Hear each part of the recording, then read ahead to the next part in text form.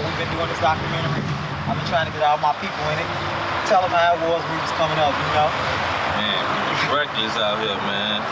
Starving, you know what I'm saying? This is like one of the worstest places in Chicago, east side. So, you know what I'm saying? We ain't had shit out here, so we had to hustle. You know what I'm saying? We was whooping niggas, robbing motherfuckers, sticking niggas up, shooting people, shooting at people, you know what I'm saying? All type of shit. But, you know, he a prime example how, you know what I'm saying, you can make it out the street, you know what I'm saying? So, we love money, women, all that stuff, so that came with a part of the territory with it. So, you know, he really started me hustling, you know what I'm saying? That's why I'm so addicted to hustling, you know what I'm saying, loving money and shit, but it was fucked up out here. So, you know what I'm saying, he a prime example where you can get out the street, you can do something better, you know what I'm saying? So, it was rough on us, man. We over 20-year niggas, That's what you know what I'm saying? 20 years. So, 20 years, I don't know him, man. We've known each other since like grammar school, man. He used to chase us through the neighborhoods, you know what I'm saying? He used to chase us home, and we just got tired of it, you know? And we came to Mo's, and it was over. It's been done. You wasn't gonna put your hands on it, you wasn't gonna do nothing. And like I said, we wanted that bread, so we did the hustle, you know what I'm saying? Just want to say I appreciate you, love you, bro. yes sir. He motivated me though, man, so much on just being intelligent, man. I mean, just, you know, he invented himself to be on a higher level than, you know what I'm saying, you would ever think you can expect that he'll go, you know what I'm saying, because he was one of the reckless guys out here on the east side, you know what I'm saying. I mean, just, it was crazy out here, but we survived, you know what I'm saying. A lot of enemies, we survived out here, man. So, you know what I'm saying, I'm living proof to tell you, like, you can make it, you know what I'm saying. And he really a example for me to, you know what I'm saying, motivate me to go a better way, you know. So, I mean, now we taking care of our kids and stuff. I mean, we had the respect in the streets, and now we got the respect out the streets, man. you know what I'm saying. Yes sir. Man, he was like my bigger brother, because I ain't had no brother, so like him and Wax, it was like my brothers. So, you know what I'm saying, we fought each other, we did all type of shit, but you know what I'm saying, after that, we always came together, you know what I'm saying, no matter what, we was always together, man. Blood, you know what I'm saying. So, man, I'm proud of you both. I'm proud of this man right here. He a living legend on the east side, real living legend for real. You know what I'm saying?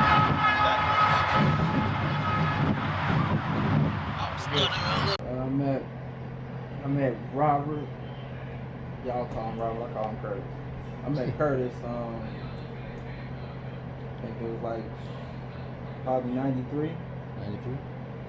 And I was in 3rd grade, so he was probably graduating 8th grade at one. First time I ever seen him, started coming over there. Kind of had a little crush on my sister because I had an older sister, so you know what I'm saying. You being a little brother, you don't want no guys over there, so. Yeah, of course. But that's how I met him.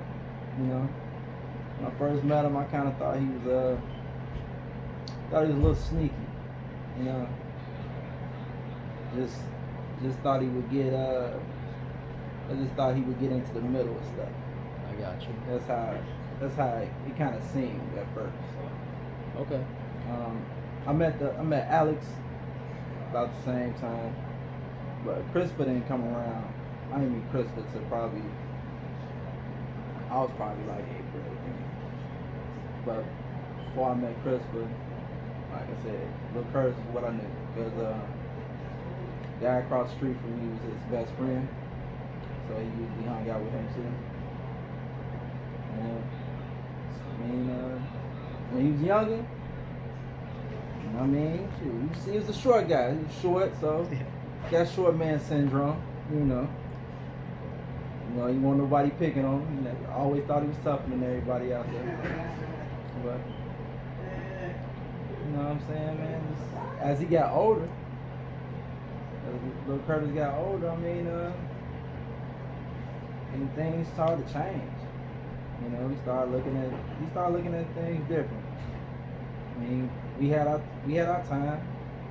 Everybody had their time where they want to be tough, run the streets and be crazy and stuff like that. But, you know, kids come along, you keep going for the same things. And, you know, you just start seeing things different. You start seeing your friends different. You know what I'm saying? Some of your friends ain't who you thought they was. So I mean, you start looking at life differently when you get older. You can't keep taking chances sitting in that place. Nobody wants to sit in that place. So I think that kind of changed him. I mean, he was changing already before, you know, before Cortez had got killed. You expect him to get out of it? Did I expect him to get out of it? Yeah. Not many did. That's why I was asking if there was that one person, you know, that thought he was going to eventually stray away. You knew that with Lil Curtis in the first place. Lil Curtis was always smart. I mean, never a dumb dude, streetwise, books, none of that. You just couldn't pull the wool over his eyes. You know what I'm saying? All you had to do was just show him one time, and it was cool from there. But yeah, you look at a lot of your friends, you be like, man, you know, it ain't for you. It wasn't for me. I just wanted to hang with them. You know what I'm saying? I just wanted to hang with them and get recognition. But it wasn't for me neither, man. And I realized that later on in my life. It's like everybody else. And like I said, shoot, you get older. You can't slang till you 40 years old. You ain't finna that. You still slanging rocks at 40 years old, man, and shit like that. Please, you ain't got nothing coming. You know what I'm saying? If you ain't made your money by then, you might as well exit the game. What made you devote yourself to the ministry?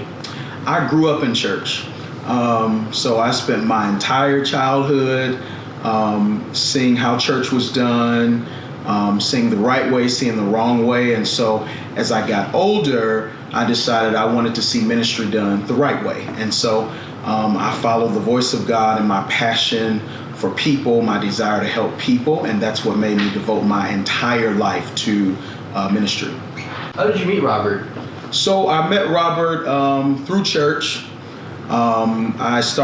We were having church on the north side, and so I started a small men's small group in my home, and Robert was one of the young men that attended that group, and so from there we started to connect and develop our relationship. Some of the struggles that Robert was experiencing in the beginning, he had a street pharmacy type struggle, and so there was an issue keeping Robert away from some of that type of trouble in the streets.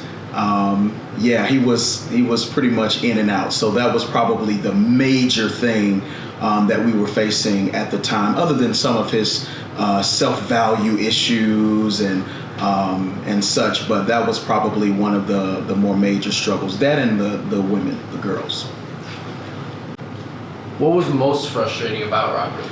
God, getting Robert to really believe in himself. You know, the biggest thing is when Robert was doing his dirt, he would, he had moments where he would fess up to it and say, this is what I need help with. And we would spend time talking, and then he would just kind of disappear into the darkness for a while because of shame and, condemnation. He really had a hard time pulling himself out or believing that he could pull himself out and do something better. So really getting him to believe in himself and just stop hiding. If you mess up, you mess up. Let's talk about it. But that was probably the most frustrating thing.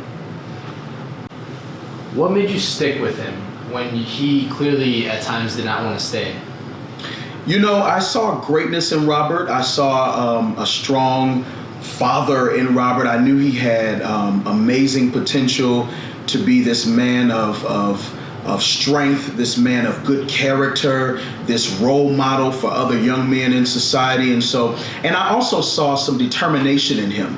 So even in all of the bad, there was so much good. There were so many good qualities mixed in there that I knew it would be a grave mistake on my part to walk away from him and give up on him because he had the struggles that he did. It was just an absolute pleasure to stick with, fight with, war with somebody like Robert with the strength and the qualities that he had.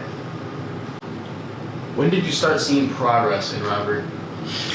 You know, along the way, throughout our relationship and throughout our connection, Robert would make small strides. I think after his last stint with his legal troubles and his last stint being locked up, after that, I began to see some real change in Robert. I think once he came out and things started to work out better for him than he believed it would, is when I started to see some real progress in his ability to believe in himself, his ability to move past what was chasing him, his ability to just move forward and focus on his future. So I think after that last sort of episode with his troubles is when I started to really see Robert take off and not really look back. When did you feel you made an impact in his life? Oh man, that's an interesting question. I felt like I started to make an impact in his life probably toward the beginning because he stuck around, you know, even in everything that was happening and not believing in himself. A lot of the things that was going on in his life, when he would disappear, he would still come back. So that meant either he was just desperate and had nowhere else to turn, or I was really doing something right. So I think probably toward the beginning when we really first started connecting is when the impact started, because I try to maintain a judgment-free zone when I'm connecting with people who have any type of issues. I try to maintain that level of transparency to let them know you're not fighting alone. I am not perfect. Let's do this together. And so I think that made the greatest impact. So as a leader in the ministry, where do you want to see Robert? I want to see Robert fighting to reach his full potential. Robert has an amazing gift of prayer and intercession and an ability to really gather young men who are lost and encouraging them. So I really want to see Robert functioning in that full capacity, that fathering, that mentorship, that developing disciples, not just inside of the church, but even creating opportunities for them outside of the four walls of ministry. So business and creativity and really bringing up others to cultivate that in them, and even going back into the prison system and pulling other young men who don't have anybody else to believe in them. I believe that that is the true work of ministry, is when you step outside of the four walls of the church and you go and you give somebody else the opportunity to thrive and to grow and to press past their circumstances. So that's where I really want to see Robert. At any point in time, did you feel like giving up on Robert? Yeah, there were some moments, if I can be honest, just some brief moments where I just felt like, God, is this a lost cause? Am I wasting my time? Am I really being effective? Maybe there's somebody else that he needs to receive from. I'm not sure if this is going to work. And then every time I would slip into that doubt, Robert would say something, do something, come back around that would make me say, okay, we can keep moving forward. So yeah, there were some moments where I was ready to kick him to the curb, but he found his way around.